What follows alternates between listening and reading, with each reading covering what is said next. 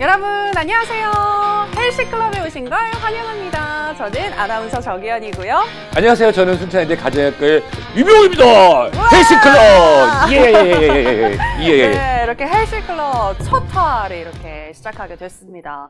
너무나도 떨리고요. 저는 헬스클럽에서 교수님과 함께 한다라는 이야기를 듣고 제가 좀 찾아봤거든요. 그러셨어요? 네, 아하. 인터넷으로 좀 염탐을 해봤습니다. 네. 근데 깜짝 놀란 게 저는 슈퍼맨이다라는 생각이 들었거든요. 그렇군요. 제가 슈퍼맨이라고 생각한 이유는 네. 제가 좀 기사를 봤는데 사실 기내에서 한 번 정도만 소중한 생명을 구해도 정말 대단한 건데 무려 3번이나 생명을 구하셨더라고요. 아, 네. 부끄럽게도 언론에 네. 노출된 적이 몇 번 있었는데요. 실제로 언론 기사에 나온 건 한 4번 정도 되고요.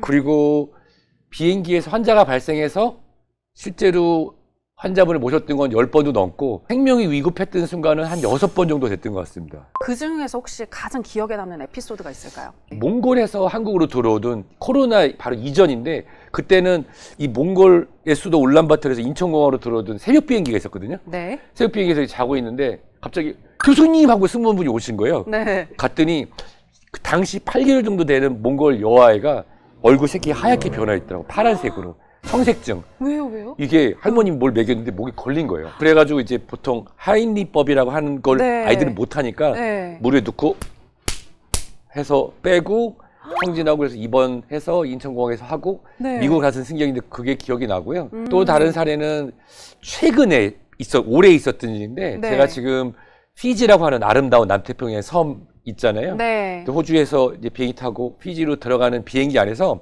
갑자기 나오더라고요. Attention please. There are any medical professional who do access to our cabin staff. 그래서 딱 갔더니 저혈당 쇼크가 와가지고 피지 분이 소변을 보시고 남자분인데 쓰러져 있더라고요. 그냥. 어머머머머. 근데 이제 비행기 이코노미석이어서 3열짜리였는데 네. 가운데 올라타서 기도 확보하고 네. 꼬집어서 깨우고 저혈당 쇼크니까 주사 꽂고 했죠. 손톱이 그때 부러진 게 아직도 부러져 있습니다. 그래서 여기 보면 끝에가 어머. 부러져 있죠. 그렇네요. 네. 아니, 이 정도 기억이 네. 나는데 워낙 제가 국제 개발 사업을 많이 해서 비행기를 많이 타요. 비행기 탈 때마다 이런 느낌을 탑니다. 제발 오늘은 아무 일이 아무 일도 없길. 없었으면 비행기를 자주 타서 발생한 거지. 네. 아마 저 말고도 비행기에서 그렇게 닥터 스코어를 받게 되면 많은 그런 의료진 분들이 자발적으로 잘 하실 겁니다. 자, 그나저나 오늘 저희가 헬스클럽에서 다양하게 수다도 떨면서 또 유용한 건강 정보도 드릴 텐데 네. 오늘은 어떤 이야기를 하는지 혹시 아시나요? 모르겠고 좀 답답한데 한 잔 마시고 갈까요? 네. 아, 역시 이렇게 또 방송인이시네요. 네. 저희가 오늘 네. 할 이야기가 이 커피 아니겠습니까? 아, 그랬어요? 네. 나는 좀 너무 목이 타가지고 커피 한 잔 하려고 했더니 그게 아니었나 보네. 교수님 커피 안 드신다면서요? 자본주의의 커피였습니다. 네. 자, 그렇습니다. 오늘 저희가 커피와 관련해가지고 이야기를 한번 나눠볼 텐데요. 커피 정말 좋아하시는 분들 많으신 것 같습니다. 맞아요. 제가 한번 조사를 해봤는데 네. 우리나라 커피 소비량이 1년에 1인당 400잔이 넘어간다고 합니다. 저는 0잔 마시는데요.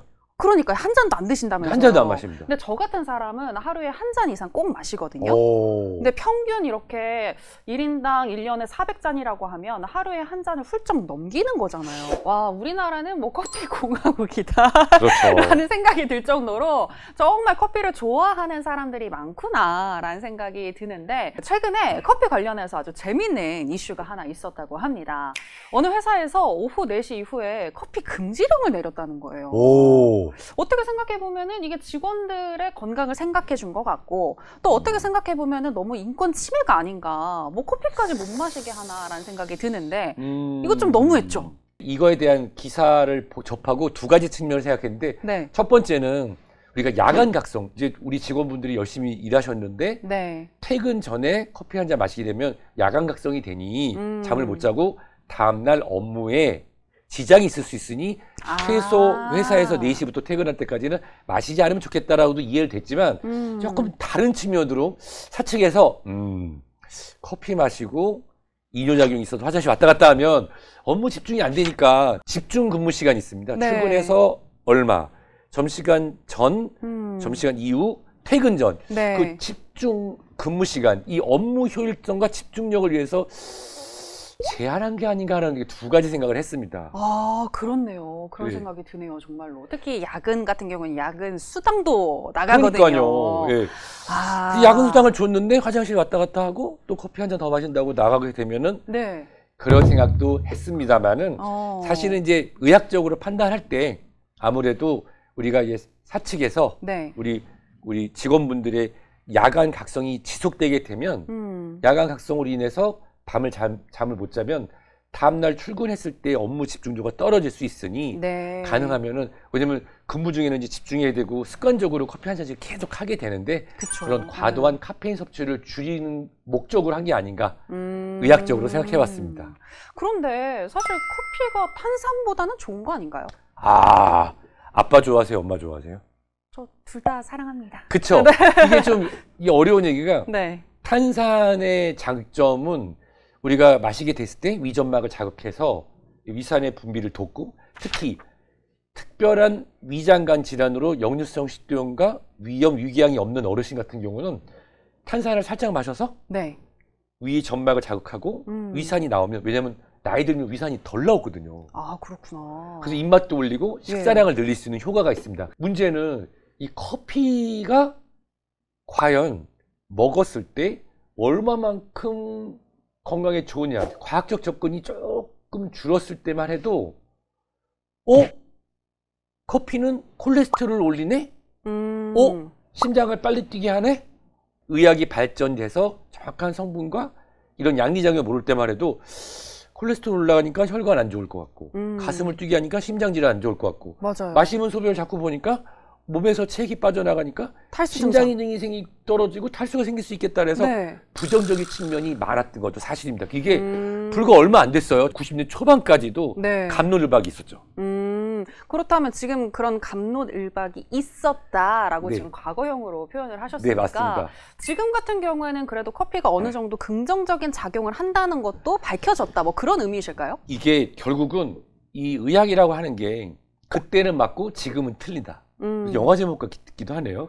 이게 의학은 단계와 소비자 그리고 연구하는 사람에 따라 병형이 될 수 있습니다. 네. 아스피린이라고 하는 약물은 많은 사람의 생명을 구했고 심혈관 질환, 피떡 이걸 지켰지만 최근에는 특별히 문제가 없는 사람이 아스피린을 먹게 되면 오히려 출혈이 생길 수 있으니 더 나은 거를 먹는 게 좋다. 그래서 예전에 그냥 고혈압 있으면 아스피린, 네. 당뇨 있으면 아스피린인데 요즘은 그렇게 안 하거든요. 아, 그렇구나. 바뀌고 있습니다. 네. 마찬가지죠.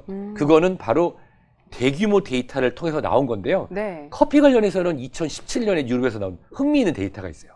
커피를 즐기는 사람 50만 명을 16년 동안 추적 관찰했어요. 네. 이걸 우리가 코호트 연구라고 합니다. 코호트 연구는 특정한 집단을 네. 시작 전부터 추적 관찰했을 때 이 어떤 의도하지 않은 상태에서 특정한 결과값이 어떻게 나오는지 관찰했더니 커피를 마셨던 사람들이 오히려 심장질환이나 암 관련으로 사망하는 확률이 낮았다는 겁니다. 오, 진짜요? 띠용. 네. 오, 아니 저는 사실 커피를 마시는 게 안 좋다라는 그런 선입견 같은 게 있었는데 네. 지금 이야기를 들어보니까 어느 정도 커피를 마시는 게 좋지 않을까라는 생각이 드는데 네. 여기서 중요한 건 그 어느 정도가 어느 정도인지 정말 궁금하거든요. 궁금하죠? 네. 근데 이 연구에 또 다른 보통 이게 메인 연구가 이렇게 있고요. 이 논문의 밑에 이제 부분 연구가 있는데 부분 연구 결과가 더 황당해요. 자, 아까 제가 커피라고 말씀드렸잖아요. 네. 거기 들어가는 게 디카페인, 인스턴트, 원두커피 이렇게 종류가 되게 다양하잖아요. 네. 모든 종류의 커피에서 추적 관찰을 통했을 때 그러니까 네. 50만 명 에? 심장질환이나 암으로 인한 사망률이 다 낮았다는 겁니다. 에? 인스턴트 커피도요? 그렇죠. 거기도 커피가 들어있으니까요. 아 근데 인스턴트 커피는 설탕도 들어가고 네. 프린 막 이런 거 그럼요. 네, 안 좋잖아요. 그 연구 결과는 심장질환과 암으로 인한 사망률이 떨어졌다는 부분이니까요. 아. 결국 이 연구가 주는 부분은 커피에 관련된 우리의 걱정을 덜어낼 수 있는 부분을 다양한 커피의 종류를 통해서 확인할 수 있었고요. 네. 거기 의학적 근거는 바로 커피 원두에 있는 플라보노이드 성분입니다. 플라보노이드는 항산화 성분이고요. 아. 네, 대부분의 이런 식물이라든지 열매에 들어있는데 네. 이 식물은 곤충이나 또는 본인을 해하려고 하는 자기를 먹는 그런 동물들로부터 본인을 보호하기 위해서 네. 맛이 없게 만들려고 하는 그런 특성이 있어요. 예를 들어 내가 맛있는 풀이고 맛있는 과일이고 맛있는 열매면 네. 다들 막 먹을 거 아니에요. 그쵸, 자기한테 그래서 달려들고. 그리고 네. 해충으로부터 본인을 보호하기 위해서 그런 지력으로 그다음 미네랄 추적해서 한 이런 항산화 성분인데 그 플라보노이드 성분이 네. 커피에 풍부했다는 거죠. 커피 세레모니라고 이렇게 볶은 걸 갈아서 숭늉처럼 마셨다고 하면 네. 최근에는 이제 고압증기로 치 뿌려 때려낸 엑스프레소 형식도 있고 굉장히 또 콜드브루라고 그래서 또 맞아요. 떨어뜨리는 네. 그 더치 커피라는 여러 가지 형식이 있는데 그러면서 이런 플라보노이드 성분을 끌어올림으로써 콜레스테롤이 올라갔어요. 알고 봤더니 좋은 콜레스테롤이 올라갔던 거고. 맞습니다. 네. 가슴이 벌렁벌렁 빨리 뛰었다고요? 네. 알고 봤더니 이 심장의 근육을 강화시키는 그런 심장근육 신호에 대해서 적정량 맞을 때 도움을 줬다는 얘기고요. 이뇨작용의 부분도 우리 몸에 쌓여있는 불필요한 수분을 내보내는데 적당량을 맞을 때 도움이 된다는 그런 연구 결과가 나왔던 겁니다. 최근에도 국내에서 나온 연구 결과가 있는데 네. 커피를 몇 잔 마시면 좋냐고 물어보셨잖아요. 네네. 우리가 블랙커피라고 하죠. 네. 설탕이나 프림이나 첨가물이 들어가지 않은 것을 2잔 이상 맞으면 실제로 인슐린 저항성이 감소해서 당뇨병 예방에도 도움이 될 수 있다라고 하는 연구 결과도 있었습니다. 당뇨병 예방에도요. 그렇죠. 신기하죠? 너무 신기한데요? 네. 그러니까 인스턴트 커피는 당연히 당뇨병에는 좀 영향을 줄 수 그건 안 있겠지만 블랙커피, 이런 아메리카노 같은 경우에는 오히려 당뇨병을 예방할 수도 있는 그런 효과를 한다라고 생각하면 될까요? 이게 이제 국내에서 진행된 연구고 네. 이제 이거는 이제 후양적 연구라고 그래서 네. 우리가 어떤 분들을 설문을 쭉 해요. 그래서 커피를 얼마 정도 드시세요? 했는데 한 잔 드시는 분, 2잔 드시는 분을 했을 때 2잔 이상 먹는 사람들을 쭉 관찰했더니 그분들에 있어서의 당뇨병의 유병률이 그보다 덜 마시는 사람보다 실제로 30%가 줄었는데 그 일을 확인했더니 우리가 그 혼마 스케일이라고 하는 게 있거든요. 네. 그게 이제 인슐린 저항성과 관련되는 건데 우리가 커피를 이렇게 플라보노이드 성분이라든지 항산화 성분이 들어있을 때 꾸준히 마시게 되면 내장 지방에서 인슐린을 활동을 떨어뜨릴 수 있는 그런 부분들을 억제할 수 있지 않을까 연구를 했더니 실제로 그렇죠. 인슐린 저항성을 떨어뜨릴 수 있다는 게 나온 겁니다. 지금 그러면은 2잔 이상이라고 하셨는데 네. 저는 적정한 커피의 양이 한 잔 정도이지 않을까라고 생각을 했는데 네. 블랙커피 2잔 이상 마셔도 되겠는데요? 이거는 이제 연구고요. 사람마다 다르죠. 네. 사람마다 다 이제 해당하는 양이 조금 다를 수 있다는 점 여러분들 체크를 해보시면 좋을 것 그렇습니다. 같고요. 저는 또 하나 궁금한 게 있는데 요즘에 커피가 노화를 예방할 수 있다 뭐 이런 이야기가 있더라고요. 보셨군요. 이 커피가 건강한 노후 네. 그리고 더 나아가서 이 노화의 속도를 조절해 주는데도 도움이 되지 않을까라고 연구가 나왔는데요. 네. 캐나다 토론토에서 진행된 연구입니다. 아. 자, 이 40대에서 60대 여성을 대상으로 진행을 했더니요. 하루에 커피를 한 잔씩 추가할 때마다 건강하게 나이가 들 확률이 25%씩 올라간다는 결론인데요. 우리 구독자 여러분 아시죠? 네, 이 결과는요. 네, 대상과 집단에 따라 달라질 수 있습니다. 네, 그러다 보니까 최근에는 커피, 카페인, 네. 부정적 이식보다는 이 안에 들어있는 이런 플라보노이드 항산화 성분들이 네. 우리 몸의 이런 노화 시계를 조절하는 도움이 되지 않을까라고 하는 그런 연구들이 많이 나오고 있습니다. 이렇게 이야기를 들어보니까 커피에 대한 막연한 선입견들이 조금 사라지지 않나라는 생각이 드는데 일단 여러분들 커피 마셔도 된다 기억을 하시길 바라면서 네. 지금부터는 우리가 어떻게 하면 커피를 잘 마실 수 있는지에 대해서 한번 이야기를 네. 나눠보면 좋을 것 같아요. 제가 이 이야기를 하는 이유가 저 같은 경우에는 이제 저혈압이 있다 보니까 네. 아침에 일어나는 게 너무 힘들고 항상 일어나도 해롱해롱 하거든요. 아하. 그래서 아침에 항상 커피 한 잔을 마십니다. 아침을 깨우는 모닝커피 한 잔. 네, 저한테는 약간 알람 시계 같은. 그래서 그 커피를 마시는데 네. 아침에는 괜찮은데 밤 6시 이후에 커피를 마시게 되면 잠이 안 오더라고요. 그럼요. 가슴이 막 벌렁벌렁하고 벌렁벌렁하고. 막 그러는데 이걸 생각해 봤을 때는 커피가 물론 긍정적인 작용을 할 수도 있지만 때로는 숙면에 좀 방해가 될 수도 있지 않을까라는 생각이 들거든요. 맞습니다. 제가 커피를 중단하게 된 가장 큰 이유 중에 하나였는데요. 네. 커피를 마시면 밤에 잠이 잘 안 와요. 그러니까 저는 제 뇌에 있는 카페인 수용체가 굉장히 과활성화돼 있어서 조금만 들어. 저는 그래서 그 있죠. 바카땡 그 카페인 음료를 네네네. 마셔도 아, 그러시군요. 네. 오, 그래서 네. 근데 물론 이 카페인 수용체에 대한 부분이 장단점이 있습니다. 네. 그래서 일반적으로 커피를 즐기시는 분이라고 하면은 카페인이 아주 강한 것보다는 왜냐면 위장 장애가 올 수 있으니까 네. 빈속에 드시는 걸 피하는 게 좋지만 다 빈속에 한 잔씩 드시더라고요. 네, 맞아요. 그래서 네. 보통은 오전에 가볍게 한 잔, 오후를 깨우는 내 몸의 에너지 충전으로 한 잔 정도 하지만 네. 아무래도 수면 시간 6시간 전부터는 피하는 게 좋겠죠. 아까 그 회사가 4시부터 마시지 말라고 그랬잖아요. 네. 10시에 잠자리 든다고 하면 그래서 4시라는 얘기가 나오지 않았을까 생각이 듭니다. 6시간인 이유는 6시간 정도 되면 내 안에 있는 몸의 어떤 성분들이 다 뭐 흡수가 되거나 분해가 되는 건가요? 그렇죠. 우리 카페인이 우리 몸에서 양리작용이 나타나는 거는 복용하고 나서 약 15분부터 그다음에 30분에서 1시간까지 최고치를 올라가고 네. 이게 양리작용에 의해서 물론 그건 이제 체중, 몸에 있는 지방량, 근육량, 콩판의 기능, 나이에 따라 다르지만 페인이 우리 몸에서 활동을 하고 나가는 시간이 대략적으로 4시간에서 8시간 사이니까 6시간 정도로 평균 잡으시면 좋을 것 같습니다. 아, 여러분들 꼭 기억하시기 바랍니다. 네. 주무시기 6시간 전에는 커피를 자제하시는 게 좋겠다. 여러분들 꼭꼭 체크를 해보시길 바라겠고요. 네. 그리고 또 저는 어떤 아는 분이 그런 얘기를 하시는 거예요. 커피를 먹으면 뼈가 삭는다고. 일단 이거 팩트 체크부터 할게요. 맞나요? 자, 이 부분은 네. 명확하게 대략적으로 맞다입니다.